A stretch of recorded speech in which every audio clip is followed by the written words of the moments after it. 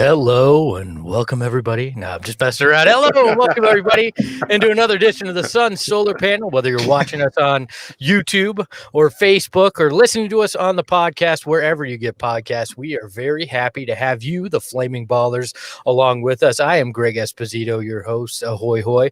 Alongside me, as always, the Silver Fox, the man that gets fined every once in a while on this show because he doesn't exactly have a silver tongue. It's Dave King. Dave, how are you, man? Good morning, jerk. Fair enough. And the man underneath it is the Carmel Thunder from down under. It is the one and only Saul Bookman spinning the tunes in the show open. Saul, how are you? I know, I'm good, right? man. That's like groovy tunes, man. It was a rough night last night, man. I don't know if it's just a lot of stress and anxiety or what, but man, I couldn't sleep at all last night. And it was excitement. Was it excitement for what? Excitement we haven't had a game in like a week. Yeah. For the show. You're going to hang out for a group therapy session with all our friends in the chat, and that's what we're here for. That is definitely contributing to my anxiety for sure. Okay, yeah, you're right. That the friends in the chat are going to do group therapy, that's contributing to your anxiety. No, that I have to talk to you guys. That's what's contributing to my anxiety. I can see that. I am kind of brutal to you and Dave, so my apologies. And at least I'm keeping your therapist employed. And so we're already off to a rousing start this morning because somebody just said I have a big ass forehead. Well, that's true. All right, because you're not wearing the hat anymore. Therapy. Thank you. Yeah, you didn't say it was good therapy. I said I was going to get my hair cut, and and now somebody says I have a big ass forehead. So you went to ASU. Well, Shut up. Not like the hair. It's not like the haircut actually made your forehead bigger. It was always big. No, it's always big. He asked him to trim extra along the forehead so you could get that. Actually, what I happened knew a guy like that once. Back in the day, I got hit by a rock right here in the middle of my forehead. So my hairline kind of indents, and so I make them take it back to the tip of that. No, seriously, real talk. Otherwise, it'd be about right down here. So I'm not making fun of you. You just got what we like to refer to as a Kaminsky head and an head instead of a forehead. Your forehead the way it is. Hakeem Olajudome over here. All right. I mean, it's not like we have basketball to talk about, so let's just keep talking about Saul's forehead for 45 minutes. Why not? Speaking of not having basketball, our new sponsor is going to be right here. Here you go. There you go. I love it. There's plenty of room for it. We could get like a NASCAR 2 or 3 sponsors. I will never ever not wear a hat again. Here we go. So, I mean, we could talk about Saul's forehead because there isn't basketball to talk about because of the freaking Washington Wizards. Thank you very much. Okay. Monday night, not only do the Suns have to take a beatdown from the Washington Wizards, but then they lose 3 more games, not on the court, but they get the new Washington Wizards logo here, everybody. It's the DC COVIDs. This is seriously, the NBA super spreader right now. Anybody that's around the Washington Wizards at any point is now in isolation. And I don't understand the NBA. The contact tracing was really easy. I actually think we have the contact tracing that the NBA did. There it is. It was that simple. You look at the Suns roster and they played Washington. That simple, right there. That's how we knew that they had to go into COVID protocol. Luckily, everything we've heard, all the reports are that none of the Suns have tested positive for COVID yet, but the league protocols, at least when it comes to everybody but Washington, it says that you have to go, I believe, 5 to 7 days without anybody having it, and that's why we've seen these games delayed. But what bothers me the most is the fact that Bradley Beal was supposedly in the protocol for about 2 days, and then they let him out. I don't understand why he was let out of the protocol. Now he's one of the Wizards reportedly that has tested positive for COVID. The NBA has a problem, and it's not just that COVID's spreading like wildfire. It's the fact that they don't even have their standards set up where it's equal across the board, and that bothers me the most because right now the only thing that seemed to be able to stop the Suns was not playing And the Washington Wizards made that happen. I said last week on this very show that nothing leaves DC unscathed. Yeah. Nothing. And Well, that look, absolutely came to fruition. When anyone who's paying any kind of attention realized that playing against Washington Wizards on Monday night was going to be a problem days before the game actually happened, you just got to slap yourself on the forehead and say, what is the NBA doing? And now the Suns are paying for it. It's ridiculous. All of us could have predicted this. Every single one of us could have predicted this. Everybody did. Go look back at Twitter. Everybody did. I just don't understand how the league didn't look at Washington and go, this is problematic. We should shut them down so we don't have to shut down numerous teams. And that's the unfortunate reality of what happened. And now the question is, do the Suns wind up replaying those 3 games? When are they going to fit it in? Is it in the second half of the schedule, which now makes that second half of the schedule even more difficult because you're jamming another 3 games into what's already going to be compact? It becomes very problematic for a team that has hopes of making the playoffs. Well, I think that's the reason why they did the schedule the way they did, is to give themselves some leeway so they could catch up on the back half of whatever games were canceled, and maybe potentially even extend the season a week or 2, just to give teams a time to not have to cram like 4 or 5 games in about 6 or 7 days. So I think that's the exact reason why we saw the schedule released the way it was. And so the NBA knew that this was a possibility. They knew this could happen. And that's why they scheduled the way they did. And Shams talked about it on our show a couple months back about the flexibility that the NBA wanted to have on the back half of their schedule for this very reason. They knew this was going to happen to someone, sometime, some way. And here it is. Well, I get the flexibility, but they're also very concerned about the Olympics. And I feel like the only way that they're really going to give enough time in that second half of the schedule is if the Olympics get canceled. Because then they don't have to worry about that date. Like, there's this artificial date that everything has to be done by right now so players can participate in the Olympics.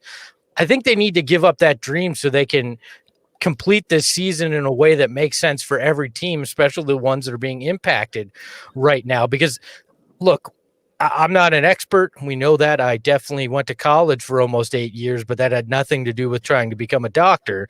That was just poor learning skills. But you wanted the liberal arts degree, and it took you 8 years to get there. Yeah. Look, so it only took 4.5. But anyways, look, I'm not a doctor, but I don't think we're anywhere near out of the woods. And the meat of this NBA schedule is going to be going on while we're still having a problem in this country. And they're going to need, I think, a decent amount of time. I think they need to just say, look, even if the Olympics are played, we're going to send amateurs. We're not going to send pros, because first and foremost is getting this NBA season done in a fair manner and letting these teams compete the way they need to. A person in the comment, Bees, asks, does the NBA do flex scheduling like the NFL? And here's the thing. The NFL has a week between games. So you have lots of time to be moving your games around. Like the NFL, they move some games to Tuesdays, some games to Thursdays. Well, the Suns will already have other games scheduled for them. Same with the rest of the league. So that's just the way the problem with the NBA is. Look, I am quite concerned at the fact that we finally look at a Suns team and we go, could be a top 4 team in the West. And then, you know what? A global pandemic tries to destroy it. Anything and everything that can get thanking. So for some reason, I feel like the Suns should be thanking the global pandemic for where they are today, because they were able to be one of the few teams who could focus in the bubble. They went 8-0. There was no distractions.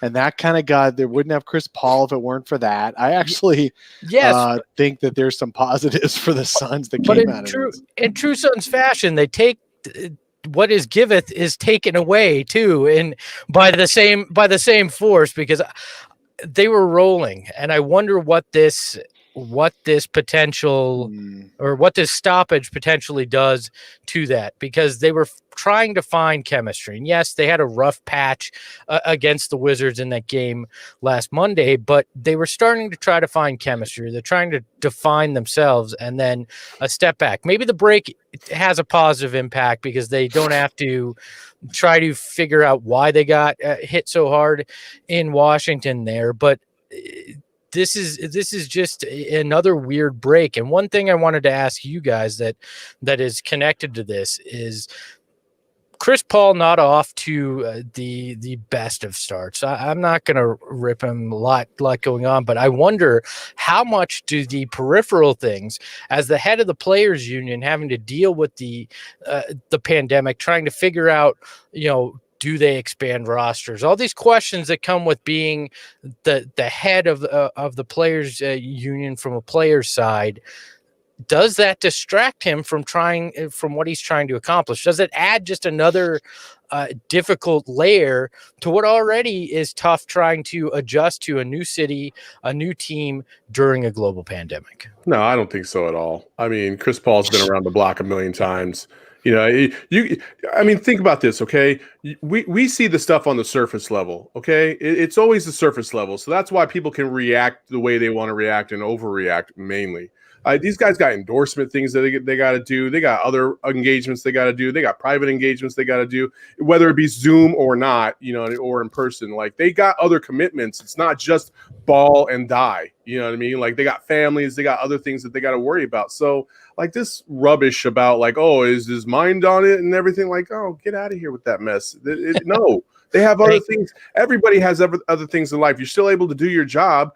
Granted, we're not, insane athletes running up and down the court, but hey, crunching numbers is almost just important, right, Dave? You big baller. Crunching numbers is the only important thing. Somebody in the comments commented this is like another mini training camp. It's actually not. I think all the players are social distancing this week, and so I don't think anyone has picked up a basketball with their teammates around. They're probably individually working out. What we can hope for, though, is the campaign actually gets healthy again, because that actually seemed to derail the Suns' motorboat there, or train on the tracks, or whatever it is. Yeah, don't go there with the motorboat thing, Saul. You said it, not me. I don't know what I was thinking. Banana boat. That derailed the banana boat. There you go. Yeah, there you go. There. Can we, yeah. You didn't want to do The a Tempe Town Lake banana boat. New rule. We are banning the banana boat from mention on the program. Can I get a second vote on that so we can sustain it here? So, all right, no more banana boat mentions on the program. Would you like to continue motorboating, Dave? Or all right. So anyway, God. Hey, you know what? So, let me ask you guys. Oh my God. What was worse, the fact that we have gone a couple days without the Suns playing, or their performance on Monday? Oh man, that performance on Monday felt like they were worried about getting COVID the whole time, huh? Man, they were staying as far away from the Wizards players as possible.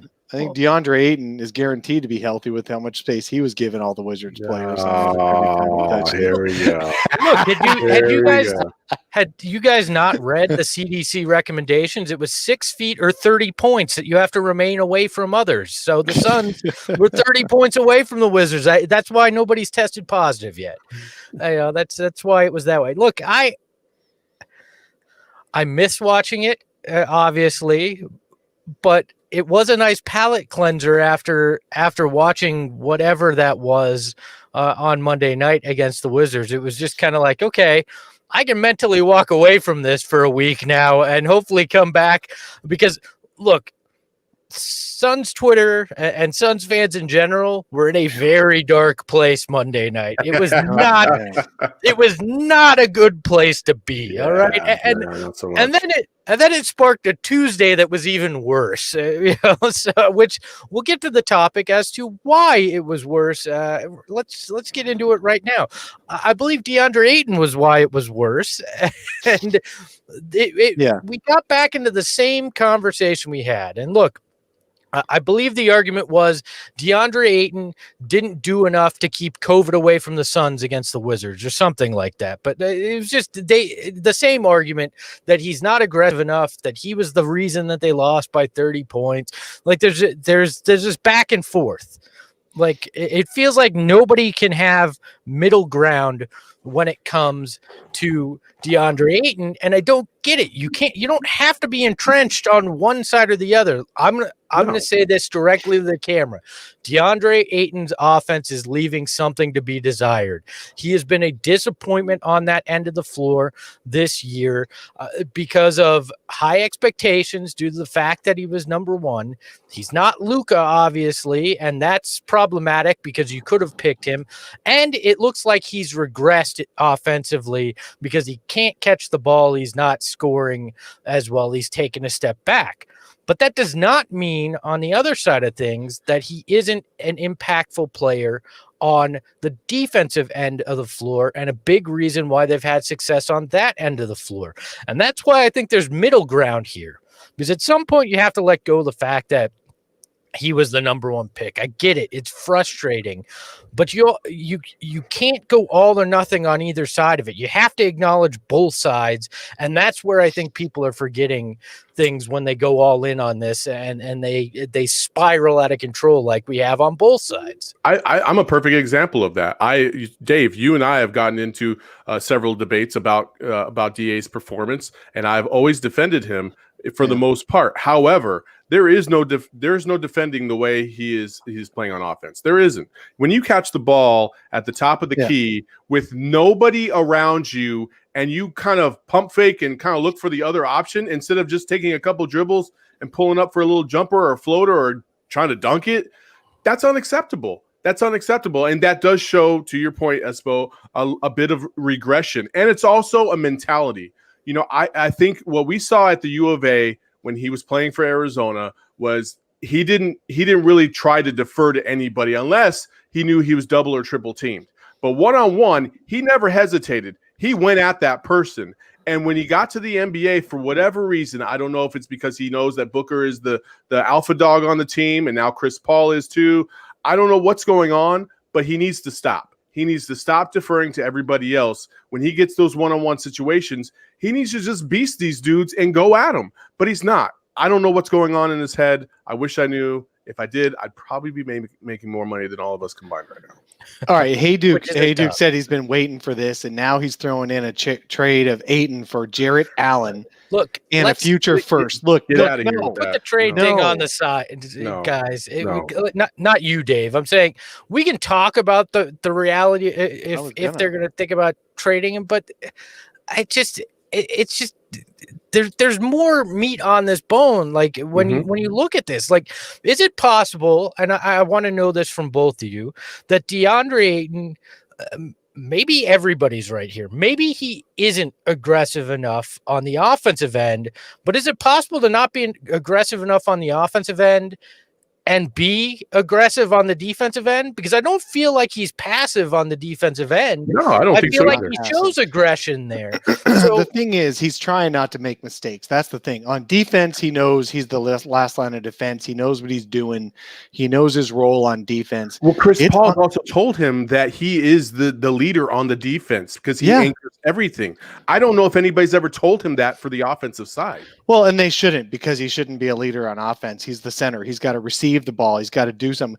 I think he's just afraid to make mistakes. He is so afraid to make mistakes. He's just freezing up when he gets the ball. I think that's obviously a problem. He needs to work through it. I disagree with the notion that he shouldn't be a leader on the offense. He should be on paper, right? He should be the third best offensive option we have. And he's fifth. He's fifth right He's not now. even close to that. And I've said since the beginning of the season, if DA doesn't find a 20-15, 25-10 level, this Suns team is going to be middle of the pack in the top 8 of the West. They just will. And the problem with DA not stepping up is that you live and die by Cam Johnson and Mikal Bridges offensively right now, which is a lot to put on Cam Johnson, who's only in his second year and still trying to figure out what he is in the long run here. So that's why you have such uneven play. You look at it, and the games that those two guys, at least one of them, doesn't do something and do something big, they struggle, which was the case in Washington. And then, that's what happens when DA isn't engaged on the offensive side and doesn't go all in on it. Now, I name drop a lot on this show, but this time I'm going to name drop and audio drop because I got a fun new toy and I want to play this. This was a discussion on the Burns and Gambo show on Thursday, I believe, about Deandre Ayton. Right. Gambo and Espo. Oh. Gambo and Espo. Am I playing here? That's This why should that be Greg the discussion. Esposito's a smart guy. I don't know what the hell you're doing, Espo.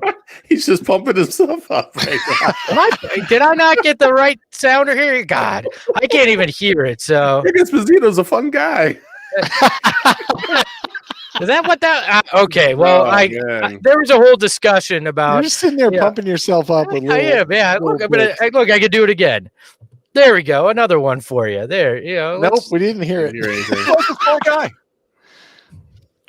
There Here, is that no might be the reason full one. that both of those things can't be true at the same time. I mean, there's no reason. There's no reason that they can't. In fact, I'm reading a tweet from our friend Greg Esposito, who used to work for the Suns, covers the Suns, talks about the Suns, used to work for us. He's kind. Oh, you just cut it off, man. I didn't. I don't know what. This is what happens when you get new technology. New technology, and But hey, I did get this.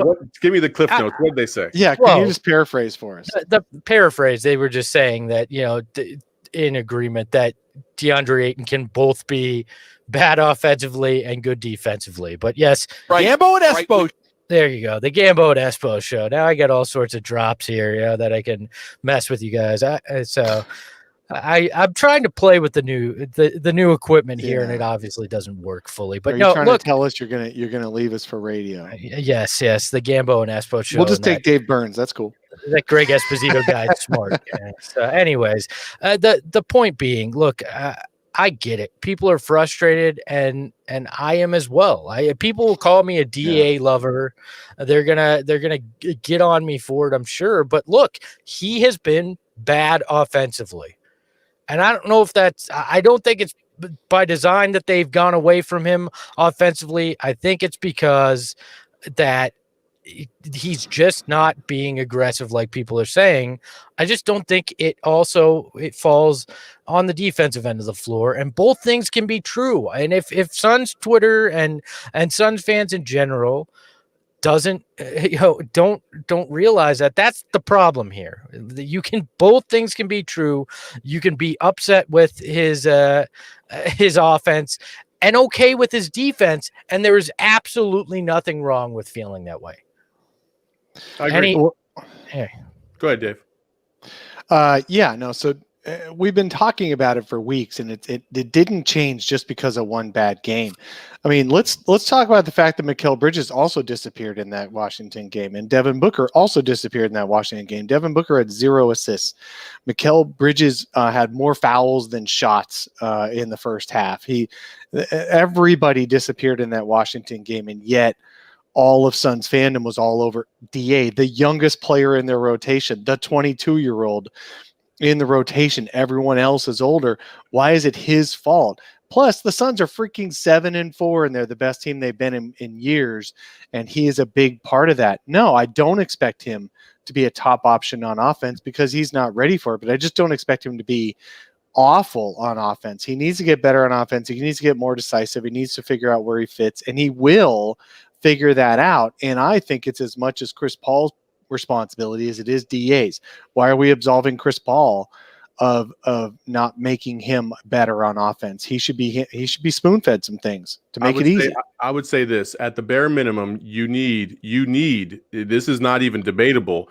You need Deandre Ayton to be a threat on offense. What level of threat, I don't really care, but you need to know that there is a presence inside that they have to account for. And he was for a large part of the early games, every time there would be a pick and roll, he would draw 2 to the basket because nobody wanted to give up that easy deuce. Now it's starting to kind of fade away a little bit, and he's getting more options and more leeway to score. Now you have to prove that you can score and make yourself a threat, because if you don't, then you just become a good defensive big, and that's okay, but you need more on offense. You just do.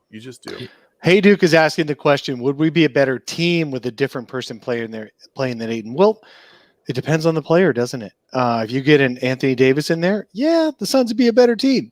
If you get a Jarrett Allen in there, no, I don't believe the Suns would be a better team.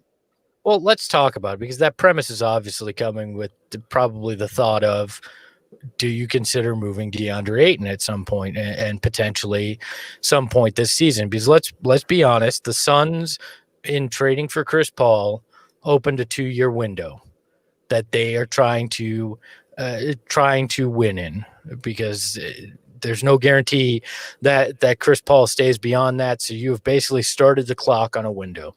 If you do not feel that Deandre Ayton is going to develop offensively in that time, do you consider moving him for somebody potentially flawed still, but more established in who they are and what they can do, both defensively and offensively? Do you consider that at the trade deadline? I know I don't consider LaMarcus Aldridge. Jesus, I know, right? Man, come on, bud. Well, it depends. Are we getting LaMarcus from 10 years ago? Would you take Karl Anthony Towns? That is a good question. That is a very good question. He might need to be moved. He's in a spirally situation right now. Would you take him? Great on offense, but not good on defense. I mean, I really think if you're going to be talking about the playoffs, you need to be really good on defense, and Karl Anthony Towns is not. Well, but would Karl Anthony Towns be a better defensively because of the surrounding cast around him that is good defensively? Potentially, but none of us have seen Karl Anthony Towns be that backline anchor that makes the defense good. If ifs and buts were candy and nuts, then every day would be Christmas. Who cares about this? DeAndre Ayton is not going anywhere. Let's just say it like that. Well, and in a vacuum, sure. Yeah, okay. You could trade DeAndre Ayton for Karl Anthony Towns. The math doesn't work. That's the other problem here. And the benefit of DeAndre Ayton is you're getting a guy that has certain talents that can be, as Chris Paul's calling the anchor, that defense, at a price that you're not breaking the bank right now. Like, yes, there's a decision coming up on a contract extension for him, but right now, cheap enough that you can have him and you can have Chris Paul's contract, you can have Devin Booker's contract in there. And that's the other part of this. You're not just going to magically jam another max guy in here without gutting the depth that's gotten you here too. So that's why none of this talk makes a lot of sense to me in terms of trading him. Plus, we're 11 games into the season, and some players take a little bit longer to adjust than others. And I don't think we are breaking any news when we say DA has taken a little bit longer to adjust to certain situations than other teammates. Mikal Bridges, for example, I think that's what frustrates everybody is Mikal Bridges is right there, same draft class, a little bit older, but his projection is steadily rose over the last 3 years, and DA's is kind of it's kind of gone up and down. And so it's frustrating for fans. I mean, this DA is a frustrating player. Like, that's not debatable. He's frustrating the talent because of the expectation, but also what he provides. And so he has grown defensively. We got to give him that. He has grown by leaps and bounds from his first year in the NBA to now, like where he is the anchor of that defense. But offensively, you just need more. I agree, and it's not like this is that's just the way it is. Dave, Code JJM says Ayton's problem is his motor, and nothing bothers me more than this. Oh my gosh, this take, nothing personal. Code JJM, nothing personal. There's a lot of fans who believe the same thing. Just because a person is not moving at 100 miles an hour does not mean he has a motor problem.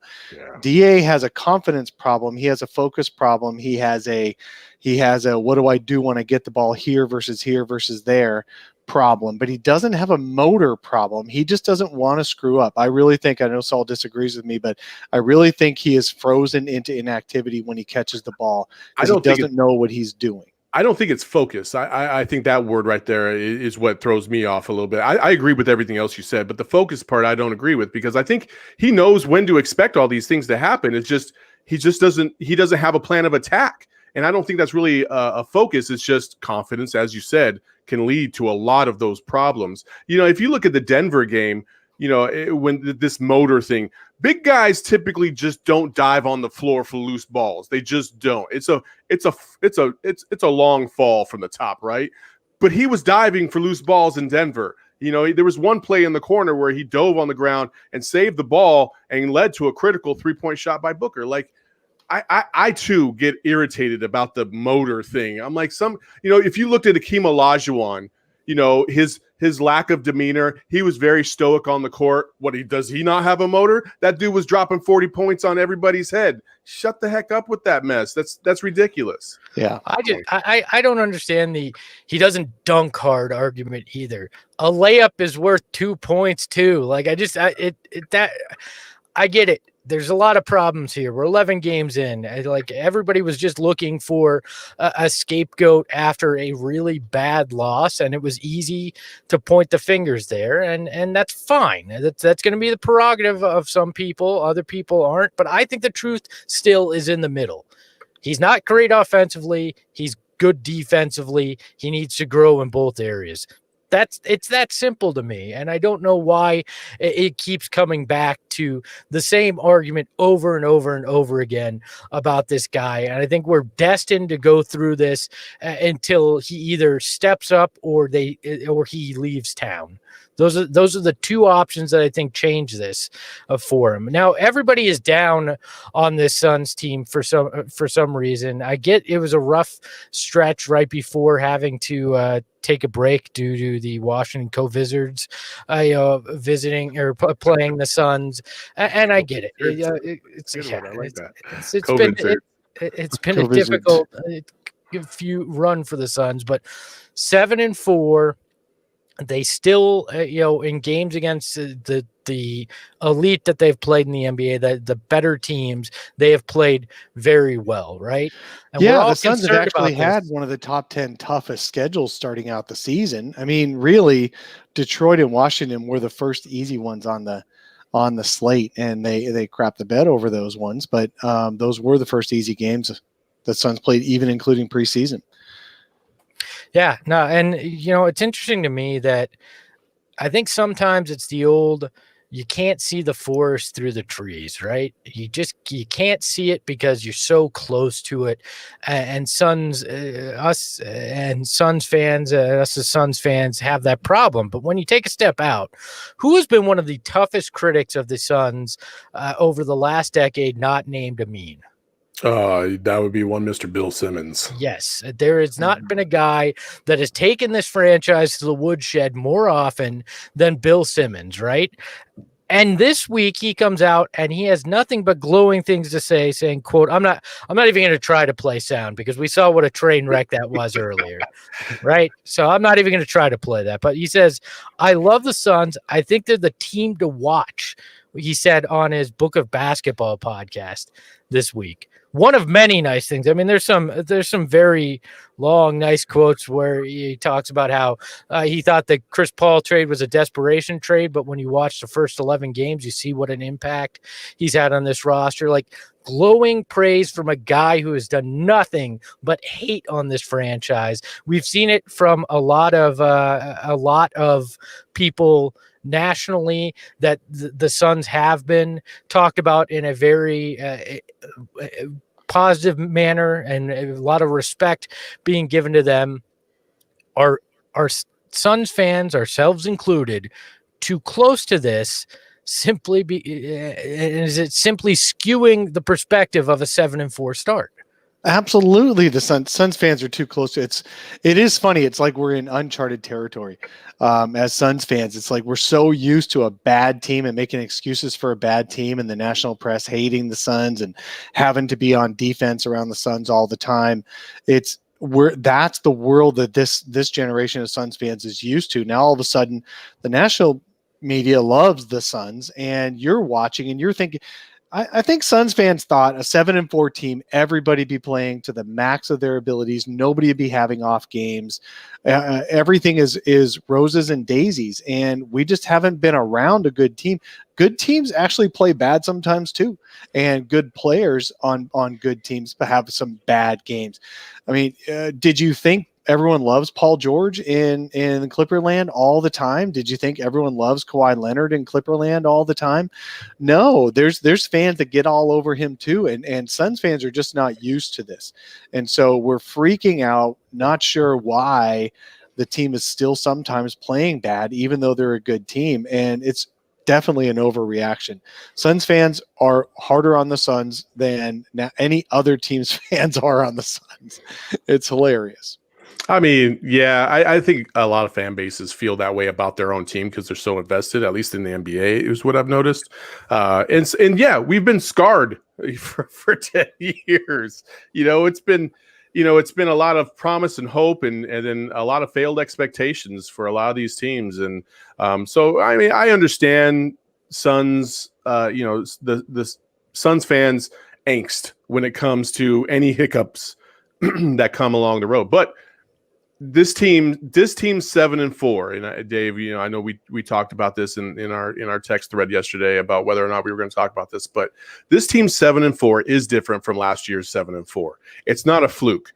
It is what it is. They are 7-4. They had some stinkers of some games, like absolutely, but I would rather them have a stinker of a game than lose to a team that has not so much talent and they just aren't as good as them.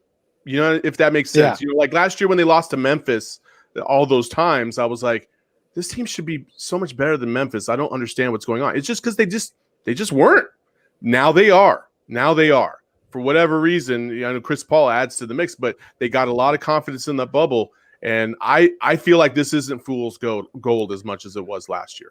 Look, I'm going to, as much as I went at Suns fans from time to time because of DA opinions, I'm going to defend us as a group when it comes to the way they react to this and the way we look at this, because yes, it's nice to be 7-4, but we've seen fool's gold before over the last decade. We've seen good runs that get your hopes up and then have them dashed by having 8-game losing streaks and big falling off the cliff, or winning 48 games and missing the playoffs because you just weren't good enough to get that extra win. I understand the angst and the anger and the questioning when it comes to this group. Yes, is this team at 7-4 better than last year's team at 7-4?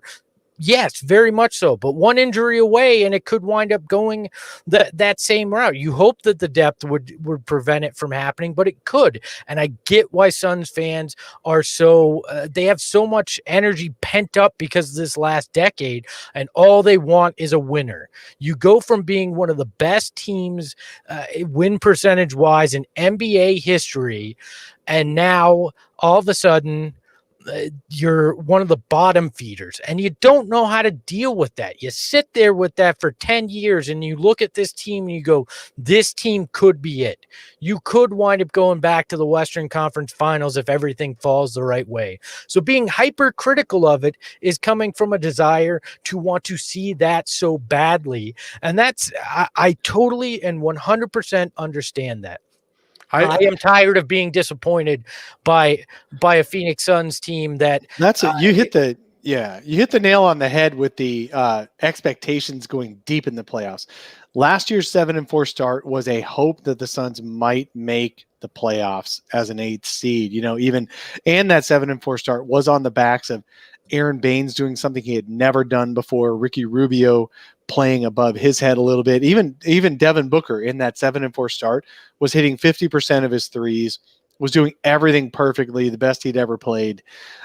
It was a little bit unsustainable. And now this year, the 7-4 start has Devin Booker playing poorly, Chris Paul playing, I think, poorly, DA playing poorly, and yet still 7-4. And national media are saying this is not only a good team, this is a deep playoff team potentially, because they're built for the playoffs. That's what's so different about this team than prior years. Even that 48-34 team, we were just hoping they would qualify for a playoff round and still didn't think they would go deep in the playoffs. This team is actually built for that. So Yeah, Dave, go ahead. I was just gonna say, so Dave, what you're saying is That's why that Greg Esposito's a smart guy. right. I'm not going to echo Gambo. I'll tell you that one. Yeah. I'll say this. I think this little break in the week might end up being the best thing that could have happened to the Suns, because I think there's a part of you that you're playing every day, and for 11 straight games you're playing every other day, and you get into this mode, and there's a part of it that feels like it's just we're back to normal. Outside of the lack of fans, your daily routine's not too messed up. It's about the same, and now it's taken away. And I think there's something to be said about going out there and really relishing the fact that you get to play basketball for a living. You get to do this on a day-to-day basis. Now that you're holed up at your house and you can't see your teammates, and you can't talk crap on the court, and you can't play the game that you love.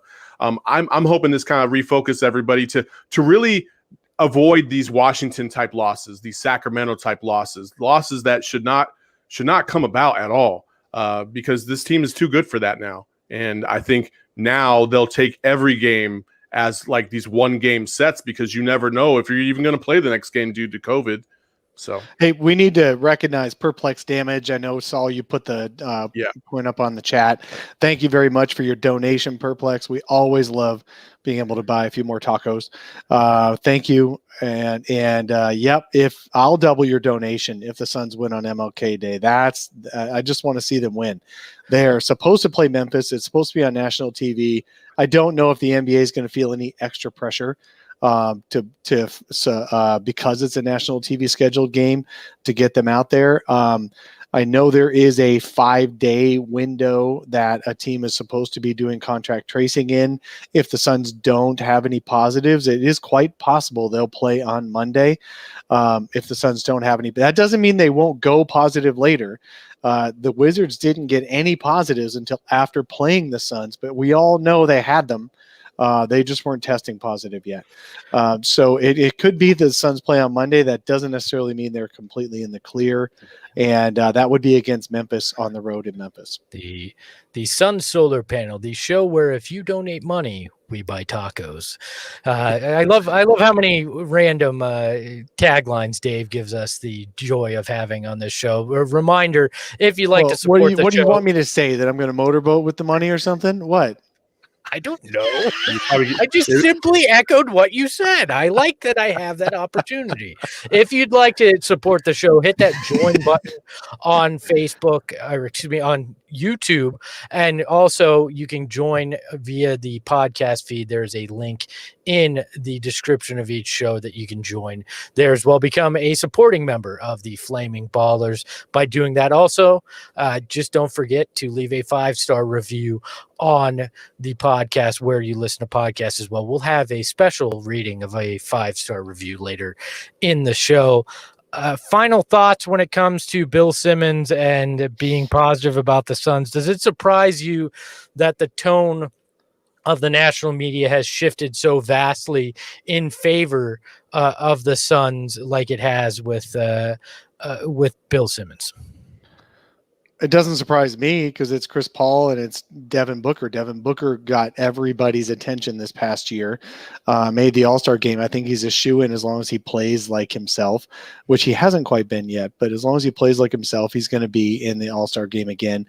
And Chris Paul is just the king of the league pretty much. So I definitely think that that's why the Suns are getting more national recognition. It's not, they love it's niche to love Mikal Bridges. It's niche to love Cam Johnson. It's more common to be disappointed in Deandre Ayton than to support him nationally. That's always like, and there's this, and there's that, and there's this, but the center of it is Devin Booker and Chris Paul. And that's why the Suns are getting this national recognition.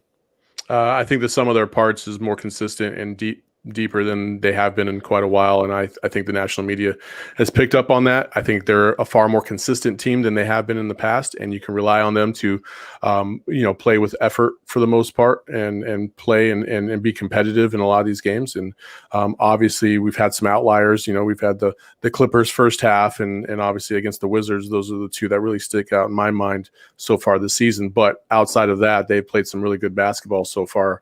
And I think it's going to be great. Also, I want to go back to something. I know this is kind of off topic. This goes back to the Ayton kind of stuff. But somebody said that DA is probably lacking confidence because he's reading Twitter too much and he needs to focus on the game. And that's just an example of conspiracy type crap. DA hasn't even posted on social media since October, especially on Twitter. So come on, stop making stuff up. Let's have a little bit. But I do think. Look, I obviously I don't think Suns Twitter ruined DA. I think that's feeling too much about yourselves on being on Twitter and all that. But yes. I will say it's foolish to think that he doesn't look at social media, even if he doesn't post. I think he does. All the players do. They all look at their phones after the game and they want to see what's said of them. And only some players actually go after tweeters. And obviously KD has burners and all that stuff. So I do know that these guys are aware of the feeling, but I know it's ridiculous to think that they'll never be affected. Cyberbullying has been around for a long time. And but Deandre Ayton's game isn't suffering because people are saying mean things online. If that happened, I'd never do this show because all there is mean things said about me on the internet. I mean, for real, we started off this show with somebody mocking my forehead. Like, dude, you guys are not 22 years old anymore. I mean, there are some very thin-skinned 22-year-olds on Twitter as well that are not named Deandre Ayton that can't. Well, maybe I'm thin-skinned. How about that, Dave? How about that? I'm closer to 22 than either of you guys, and I'm not going to let it impact me. It's. I don't know. I like that Deanon. Maybe we'll pick one conspiracy theory from the internet about Deandre Ayton each week and dive into it here on the Sun Solar Panel. I agree though. Come on, I get it. It maybe it impacts, it hurts his feelings a little bit, but it's not going to tank an NBA player's game. And if it does, there's a bigger problem we have to address right now than anything we've talked about. If that's what would be, I'm not going to make assumptions about what he's doing in his off time to really validate my thoughts about his play. I'm just not going to do that. I'm just going to see what it is on the court, and that's that. I love that we'll make assumptions about what Devin Booker is doing off the court with a certain girlfriend, but we are not going to make any speculation about what's going on with him. The next thing on the docket, and we'll make this one quick because it's not a huge topic, but NBA and NBA Players Association is in discussion to add another two-way contract to the roster. So some of these teams who wind up with players in the COVID protocol will have enough players to field a roster. Who would be the worst guy the Suns could add right now that's available onto this roster with that two-way spot? The worst? The worst. Jimmer. Meta World Peace. Jimmer. I like the Jimmer one because Devin would be about to have his first big breakout game and Jimmer would decide to go 0 for 12 from behind the arc. I actually agree with somebody in the chat, one of the Flaming Ballers. I think it's Isaiah Thomas because we've seen not the Hall of Famer, the IT that was here in Phoenix. We've seen what can happen when a Phoenix Suns team has some pretty good chemistry and you throw IT into the mix. I think that would be a big mistake. And he's actually looking to try to get back in the league. There was talk of that this week. So I certainly think he would probably be the worst. But Blaze suggests Jamal Crawford. Yeah. Dude went to training camp with the Nets on a 10-day this past spring, and he pulled a hamstring immediately. I mean, that's like one of us joining. Sorry. I'm real sorry, man, but that Jamal Crawford just isn't going to make it again. Yeah. Richard Dumas. Hey, just because he's posting in Facebook Suns groups doesn't mean Richard Dumas is ready for the league again either. I'm shocked that no one has thrown Alan Williams out there. Alan Williams is the poster child for two-way contract additions that could make a difference for the Suns. He injured himself in Russia, so not a I really hate that. He didn't injure himself. It's not like he took a bat and swung it at his own knee. He was Jesus. injured. He was injured in Russia. All right. Which sounds worse. It sounds like he went to invade Russia and he's injured now. He's playing basketball in a Russian league and hurt his leg, and he had to have surgery. Rolalde, Rolalde. He actually might have a better jumper than Ronde. Yeah, maybe. Maybe that's his brother, Rolalde. By the way, you guys bring up. Oh God! Don't ever make that sound again, Dave. We've had this chat. That's when you go on the penalty box. You guys bring some now. We're going nuts now. Hey. To go back to the Twitter, to the Twitter comment and thin skin and Jamal Crawford being mentioned. I said a couple years ago, I've seen enough Jamal Crawford. I don't need to see any more of him in a Suns uniform on Twitter, right? Isaiah Thomas yelled at me on Twitter and immediately unfollowed and muted me. He just like How do you went know he nuts muted you? or blocked me, I believe. Not muted, excuse me. Why? Because they're boys. Jamal Crawford and Isaiah Thomas are boys, and he didn't like the fact that I said I'd seen enough of Jamal Crawford in a Suns uniform. I got blocked by Kobe Simmons on Twitter because I said that he's not going to last in the league if he can't develop a jumper. Guess what? He's not in the league anymore. I got blocked by IT years ago when I called him and Gerald Green the chuck wagon coming off the bench. Ariel in the chat says Kendall Marshall is the solution. We have our winner. If there is anybody I never want to see on a Suns roster again, it is one Kendall Marshall. And then somebody suggests sign Kendall Jenner as well. Kendall Jenner. Hey, you can put her in a little uniform. Hey, there's no fans in the stands. If she can sit courtside, I'm okay with that. Hey, look, it probably gets Devin back in the swing of things. So we're all right with that. Hey, you know what time it is? It's time for the best segment on the Sun solar panel. It's time for Espo's Big Board. That's right. And I'm coming to you to give you guys some solace this week. I know no Suns basketball, a lot of hate on DA. So this week's is the top 5 centers to make that were on the Suns roster at one point to make you feel better about I just want to say, Espo, before we get into this list, and I saw this list obviously before we went up, there is one glaring omission, and I am severely disappointed in you that you did not pull this out of your bag, but we'll get into that afterwards. All right. Well, I look forward to it. Number 5, Jake Foskell started 43 games in 2003, 2004, averaged 7.4 points, 6 rebounds and an assist.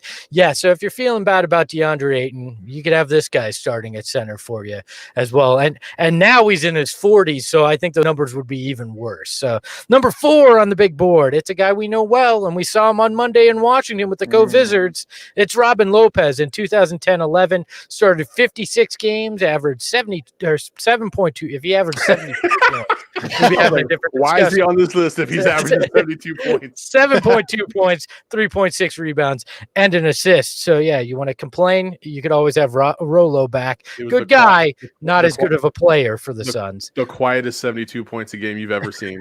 He didn't even know it happened. Number 3 on the list, William Bedford, number 6 pick in the draft. He went in 1986-87, started 18 games, averaged 9 points, 6.4 rebounds, and an assist. So, yeah, when you're feeling bad about DA, remember, you could have this guy in the shorts rocking it for the Suns as a starting center. This is a trip to the not too distant past that makes you remember how bad Suns center play was at one point. Number 2 on the list, this is somebody Dave and I remember well. Earl Barron. The Baron of Earl Barron, 2010-11, started 7 games, averaged 4.4 points, 5.4 rebounds, and not even half an assist. So, yep, you could start Earl Barron. And number 1 on the list, a man that looks like he should be playing rec league basketball and not being anywhere near the NBA, a YMCA'er for life. It's Danny Shays. In 94-95, he started 27 games for the Suns, averaged 4.6 points, 3.1 rebounds, and an assist and a half. So remember, when you're feeling down about Deandre Ayton, we could be starting almost any center from the Suns past and be in a worse position. So who are they missing? Do I have this wrong? But Tim Kempton? Oh yeah. I don't think Kempton ever started games though. I went with guys not once he didn't start a game. Maybe No, just once. Timmy, a former Love him to post-game death. show host with me, but Bless his heart. look, let's just say this: That's just hot. Tim is most remembered for hopping over a bunch of chairs on the sideline to save a ball, and then stepping in it and getting in the chair folded on him during that. Okay, so that's true. Jermaine, Hey, what about why don't we just go with Tom Chambers while we're talking about Suns broadcasters right now? Chambers would today's center. He's basically Kristaps Porzingis, isn't he? Yeah, but TC wasn't a center. He was a power forward. And TC I know, but in today's dunk game, he could play center. Yeah, and he would nutmeg somebody with a dunk like he did with Mark Jackson. I don't hate him. One time, and now he's this fantastic dunker. Yeah, fantastic. And he was kept rising. It's like he climbed up Mark Jackson's body. Oh, yeah. No, I mean, it was one of the greatest dunks of all time. Don't get me wrong. Yeah. But, I mean, it's not like this dude was Sean Kemp out there. Have you guys have watched The Price is Right? You remember the yodeling guy climbing the mountain? That was TC. He just kept going up, and then he fell down to dunk. Exactly. That was Once that he dunk. went over Mark's head, then he went back down the other side. Ooh, Pat Burke. That's a good one. Pat Burke got robbed. Poor Pat Burke. He ended up hating being because he was always they only put him in the blowouts, and everybody chanted for him to shoot threes. He hated it actually his years. Who is it? Corey in the chat says, one of the Flaming Ballers says, Shays does my taxes. If that is true, I need to know if that's actually true. No, come on, Corey, for real. Corey, is that true? Wow. Shays is now doing your taxes. All right. I'll give you props for that. That's a true Suns fan when you trust one of the worst Sunners in franchise history with your financial needs. All right. I'm glad if that's the truth. So that is your Espo's big board, the top 5 centers to make you feel a little bit better about Deandre Ayton. So Jermaine O'Neal, we had him for a year too. Yeah, Jermaine O'Neal, that was past his usefulness. That was a special from Lance Blanks. Yep. Do you remember Lance Blanks? Yeah, that was the kind of signing that Lance Blanks would make. So, do we have an Imagine This, Saul? Or did Imagine this. Here we go. Bam. Here we go. Imagine this. We need to put Saul's face in there. Probably could. Saul's face on Gene Wilder. Imagine this. All right. What's our Imagine This? All right. Imagine this week. What if the Suns actually were a top 3 team in the West? How would you celebrate? How would you celebrate a top 3 seed in the West if they were to clinch such a thing this year? With a cocktail of tears and vodka, because I know it's not ending in a championship. I know how Dave would celebrate. How would Dave celebrate? You'd be motorboating. You motorboat. Not motorboat no matter what. But no, if the Suns get a top 3 seed, what I'll celebrate with is taking a few days off of Twitter because they'll inevitably lose one of those final games by 20. Won't affect their seed at all, but someone's going to complain that DA is still playing bad. So that's what I'll celebrate by taking a few days off of Twitter. Yeah, come on. There'll be a Zapruder film breakdown of why DA was the reason that they lost a meaningless game by 20 points. You're right. Exactly. And that'll be the only thing people talk about between the end of the season and the start of the playoffs. Hey, Duke coming in hard in the chat. He says he's going to celebrate by going to Hooters with the fellas. Who would have guessed that was going to make an appearance in here? Oliver Perplexed Damage says Oliver Miller sold me my truck. So we're going. And it was repossessed 9 months later. Jesus. I feel sorry, Perplexed. I've got to respond to that. What did Richard Dumas sell you? Perplexed. Let me just say this. Maybe you shouldn't be donating as a Flaming Baller if your truck's being repossessed. If you'd like a refund, please reach out. Maybe the donation will go into his donation fund. Saul, how would you celebrate if the Suns were a top 3 team? Oh, dude, I would do it like my man Justin Spears did when the Lakers won the championship. I'd have the champagne out and I just douse myself. That's sad that the bar is so low in Phoenix that Saul's like, I'm going to celebrate like my good Lakers fan did the championship when they're a top 3 team in the West going into the playoffs. That's all I got, Espo. Damn. Okay, it's been 10 years. Give me the goggles. Give me the Dom Perignon. Social distancing. At home alone, I'm going to throw some champagne on myself. I'll be right here on this show. I'd say Saul would shave his head, but he's halfway there already. So Yeah, no, I'm not bring sure. that I did that for 12 years in the military. I'm never going back. So. Oh, Way there already. Shut up, Espo. You got lots of hair, so you get to make fun of everybody else. it's going nice and gray too. So we'll have that. You guys can give Don't me talk to me about crap that. about that. Yeah, Well, well, Don't talk to us about that. you're 15 years older than me, Dave. It's all right that you have great hair. It's not. Yeah. Oh, I know it's fine. Silver Look, fox. So let's wrap this up. I did tease earlier. We do appreciate it when you leave us a 5-star review on the podcast. It helps us with whatever those algorithms are. Look, I don't understand analytics very much. I understand algorithms even less, but I do know that giving us 5-star review helps us with the algorithms in the podcast. And we got a great one from Dash ZNT on Apple Podcasts. He says, "Great stuff. Awesome podcast. Always great content and always super entertaining. Fellas, keep it up and appreciate all you do." 5-star review. So thank you. Hey, thank you. And our old friend Tim Tompkins used to send swag out to people when they got a mention on the show. I don't have the time for that. So virtual high five to anybody that leaves a 5-star review. We appreciate you very much. And if Tim's bored and listening, he can send you something because I think he still has boxes of stuff sitting at his Florida house. So any final thoughts, gentlemen? We'll start with you, the Carmel Thunder from Down Under, Saul Bookman. I actually start with Dave. I got to clear my throat. All right.